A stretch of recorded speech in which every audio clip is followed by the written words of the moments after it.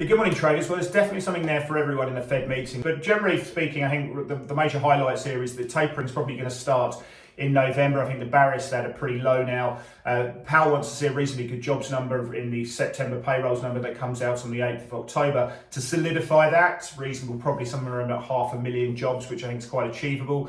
Then once they start that QE program tapering, the pace should be fairly rapid. They should conclude that QE program on their current projections around mid-2022 before they can start then thinking about raising rates.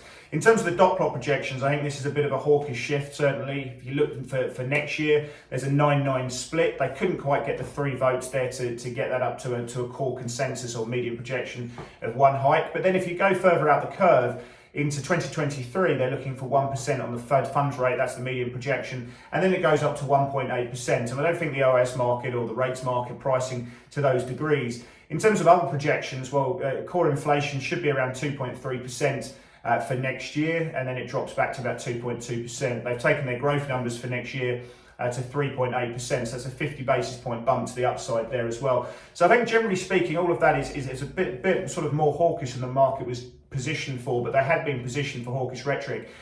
Initially, we saw dollar selling playing through, but then the dollar bulls came ramping back in. We've seen dollar yen trading up to 109.90. The Aussie dollar trade up to 73 cents. We're trading sort of 60 pips lower at the moment.